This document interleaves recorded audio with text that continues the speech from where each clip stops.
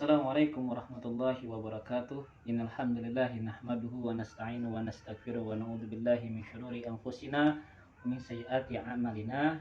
Ya ayuhan netizen, kembali lagi di channel Cuti Nalar.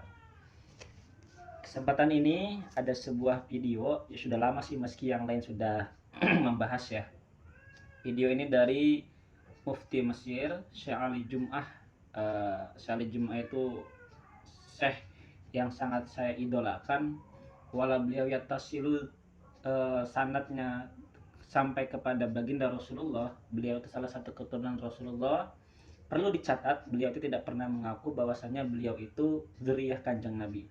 Tapi dalam soal nasab, beliau itu nyambung nasabnya ke Kanjeng Nabi Muhammad SAW. Ada dari Syekh Ali Jum'ah sebuah video. Video ini Syekh Ali Jum'ah sedang mengisi pengajian di forum halaqah pengajian ya, bersama para santri-santrinya. Kemudian ada satu statement pertanyaan dari jamaahnya. Kita simak audionya, teman-teman. السؤال الثاني: ما رأيكم في نسب السادة بعلوي؟ ثابت بالإجماع. واحد بقى فسق يطلع ينكر النسب الشريف مع نفسه، يعيش مع ربنا. Nah, ungkap beliau, nasab Ba'lawi itu sabit bil ijma ya, kesepakatan oleh para ulama bahwasannya nasab Ba'lawi itu nyambung ke baginda Rasulullah SAW. Ini yang dikenal oleh ulama-ulama Mesir ya. Ulama-ulama Mesir semuanya lah sepakat, dari Syekh Ali Jum'ah, Syekh Ali Jufri ya kan, walau beliau alumni Yaman tapi beliau ngajar di Mesir. Kemudian syekh-syekh yang lainnya itu mengatakan bahwasannya nasab Ba'lawi yaitu sabit bil ijma, nyambung ke baginda Rasulullah dan sudah ditetapkan oleh para ulama. وحر بعلوي ثابت نسبهم عندنا بالإجماع. لم نرى أحدا يشكك فيها عبر التاريخ. Kata beliau, saya tidak pernah melihat seseorang pun dalam sejarah yang memutus atau membuang ya nasab Ba'lawi itu. Hanya orang-orang yang ragu. Kata beliau, tadi dilanjutkan videonya, keraguan itu akan merusak hati seseorang gitu kan. Biarlah dia dalam keraguan, yang penting kita ya mengatakan seluruhnya ijma pendapat para ulama bahwasanya nasab Ba'lawi itu nyambung ke baginda Rasulullah SAW. Lalu ada juga tanggapan dari Kiai Imaduddin masalah tentang perkataan Syekh Ali Jum'ah. Ya balik lagi, pernyataan beliau, pendapat beliau diungkapkan ya dengan melalui ucapan dengan bahasa Arab. Ya sebenarnya isinya tentang kitab sejarah lagi gitu. Di situ-situ aja. Ini kita simak. Bismillahirrahmanirrahim. Hadhihi ibaratun li Syekh Ali Jum'ah Al-Misri. Assalamualaikum warahmatullahi wabarakatuh ya Syekh. Innal jumlata allati dzakartumuha fi isbati nasabi Ba'lawi la taqumu bi ayyi dalilin syar'an wa 'ilman. ولدينا حجج كثيرة في بطلان نسب بعلوي شرعا وعلما. انظر كتب الأنساب من القرن الرابع إلى القرن التاسع لا يوجد فيها ذكر بأن عبيد الله ابن لأحمد. Jadi intinya video Keimat itu membantah ke video Syekh Ali Jum'ah. Kalau bisa ya unzur lah, lihat kitab-kitab mengenai tentang nasab dari abad 4 sampai abad 9 gitu kan. Tidak disebutkan nama Ubaidillah. Nah, seperti itu sih sebenarnya mah rangkumannya, seperti itu. Dan di sini juga ada tulisan yang sangat bagus menurut saya dari dari Ustadz Rumah Fikih. Ini tulisannya sangat bagus.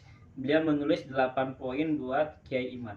Yang pertama, poin pertama itu Kiai Imad terlalu terburu-buru dalam mengambil kesimpulan yang dia katakan sebagai penelitian. Jadi Kiai Imad itu terlalu cepat gitu mengambil kesimpulannya. Bahkan menyatakan dengan jelas bahwa tidak akan percaya meskipun seluruh mufti di dunia mengatakan sahnya nasab Ba'lawi. Mungkin ini salah satu keberanian Kiai Imad ya. Semua mufti berkata A semua, ulama berkata A, beliau berkata Z gitu. Ini keistiqomahan beliau sih. Nyalinya besar kalau menurut saya. Nah, lalu mufti dunia mengatakan sahnya nasab Ba'lawi. Lah ini kan konyol, kata Ustadz Hadi. Harusnya sebagai peneliti dia perhitungkan juga asumsi kontra tesisnya kalau memang benar dia mencari kebenaran. Itu poin pertama dari Ustadz Galih Maulana ya. Yang kedua, Kiai Imad menurut adanya catatan sejaman. Ini kok seperti kaum materialis katanya.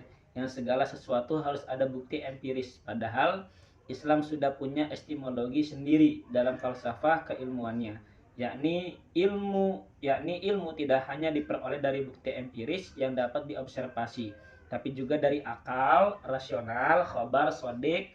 Salah satu bentuk khabar sodik ini adalah khabar mutawatir, termasuk juga ijma ulama. Nah, khabar sodik ini seperti yang diabaikan oleh Kiai Imad. Jadi yang kedua katanya poin Kiai Imad ini kenapa Kiai Imad ini mengabaikan khabar sodik ya. Yang ketiga, beliau juga menuntun pembuktian lewat tes DNA, padahal sudah ada kajian dari kumpulan ulama sedunia yang menghasilkan ijma bahwa tes DNA itu tidak dapat dijadikan metode dalam urusan nasab, khususnya nasab jauh. Ini Kiai Imad tidak tahu atau tidak mau tahu alias masa bodoh gitu. Jadi yang ketiga, poin ketiga, kesalahan Kiai Imad kenapa masih membutuhkan tes DNA ya buat semuanya nih.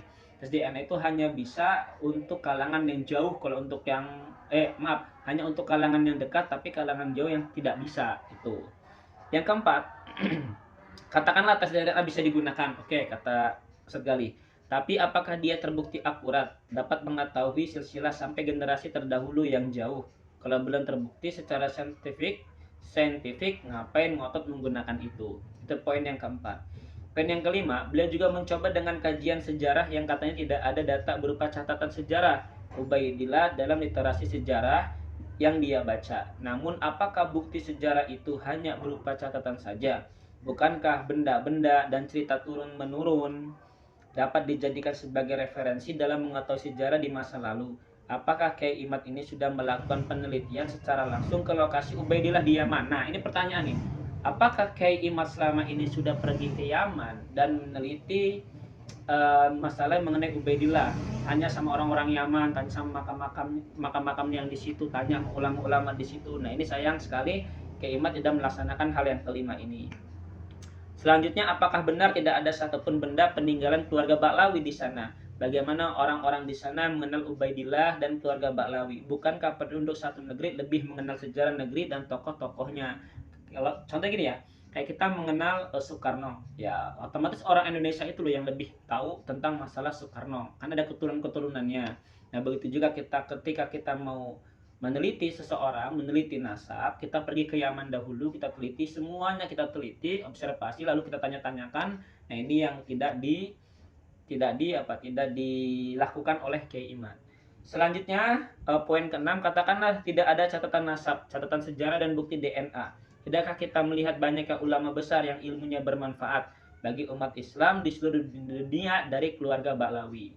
Yang ketujuh, tapi kalau Habib itu kelakuan dan akhlaknya tidak mencerminkan keturunan Nabi, yaitu bukan alasan terputusnya nasab. Saya juga kadang tidak suka, katanya, dengan kelakuan oknum Habib. Tapi apakah kita lantas menjadi alasan untuk memukul semua para habaib itu sebagai bukan keturunan Nabi? Nah, enggak juga kan? Kayak contohnya, ketika di pondok pesantren gitu kan, semuanya baik-baik, tapi ada satu yang berbuat kejahatan ya, ada yang melanggar, ada yang narkoba, atau ada yang kasus. Apakah kita bisa mengelompokkan semuanya bandel narkoba? Nggak bisa begitu kan kesimpulannya. Nah, selanjutnya yang kedelapan, yang salah bukan oknum tapi doktrin keluarga Ba'lawi itu sendiri. Kalau itu yang salah dikritik bolehlah, itu dibuktikan dengan kajian apakah benar. Salah satu hanya salah paham, itu pun baiknya dilakukan di ruang akademis, bukan di ruang publik.